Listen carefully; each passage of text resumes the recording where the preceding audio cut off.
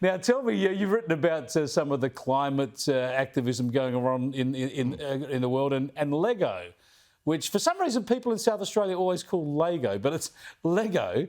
Yes. They tried to go with something other than plastic. How do you make plastic building blocks without using plastic? And after a couple of years, apparently they gave up.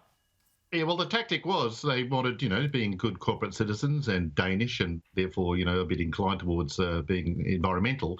Lego spent hundreds of millions of dollars trying to make recycled versions of their little famous blocks, and we're seeing some of them now. And they couldn't do it. Now, to all the people who say, we can just easily convert the whole world, we can decarbonise the economy. Well, Lego tried it with those, and they couldn't. They didn't work properly. They didn't stick and unstick like proper Lego blocks. Presumably, also, they didn't get lost in the carpet, so you stood on them at 3 a.m. in the morning and screamed your head off. So maybe they had that benefit. But yeah, they couldn't get it right, and they announced a few weeks ago, no, we've given up. We're going to stick with the old-fashioned oil-based Lego blocks. And they're going to keep going that way.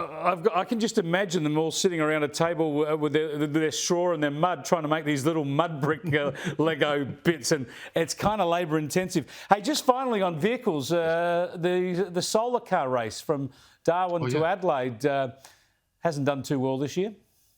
No. Now, we've always wondered. The big theological question of our time is what's more powerful, solar or wind? Well, it turns out wind. Wind blew these little, insects. Look, there's one. Couldn't handle the wind.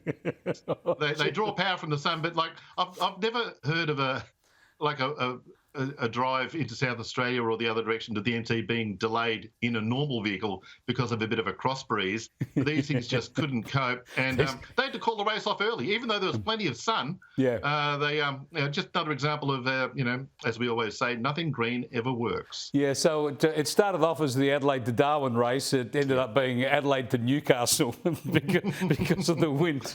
Bit of a misdirection. Yeah. They need heavier drivers. That's the only problem. Get some big guys in there. Come on, I'll do it. Yeah, I'm on there. I can volunteer. I'll wait one down. Also, I'm 5'11", so I can do it. We're all 5'11" now, if we got the right boots. Thanks for joining us, Tim. We'll catch you next week. Tim Blair, you can read his stuff at his blog via the Daily Telegraph website.